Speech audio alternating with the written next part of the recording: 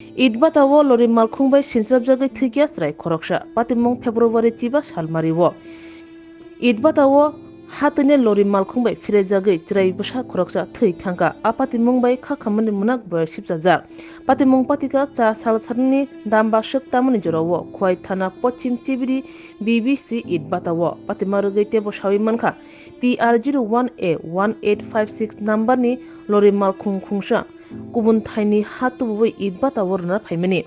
Idbatawo phai lori Malkhung habo khiklai phaikya pheba Malkhung ungkuluktui kisa pheranai thinibo ungkulugo thungui tongnai chrai khoroksano Pherejagwi asrani mung Sottom Kumar umor bisini khakja lori Malkhung mothornai ungkuluk bukhak tam ungtongkha nugyani bai chrai Pherejagwi patima sayano langma chokha logi no hangko sakhamnogot langi thangka hingke barjao tongnai saknanai Thwikha hani saklai rekha chraini Bwsa Bosont Chauhan o Idbatawo samung tango Bosonto Chauhanni bihik bo haino Idbatawo samung tango nok Bihar हंसतेवो है ना।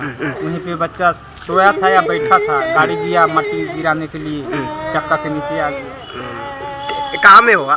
ये जहाँ हम लोग काम करते हैं पड़िया में। नाम क्या नाम है क्या बच्चा का? वो सब करके क्या सत्यम कुमार। तो बयस यही 1.5-2 बरस होगा।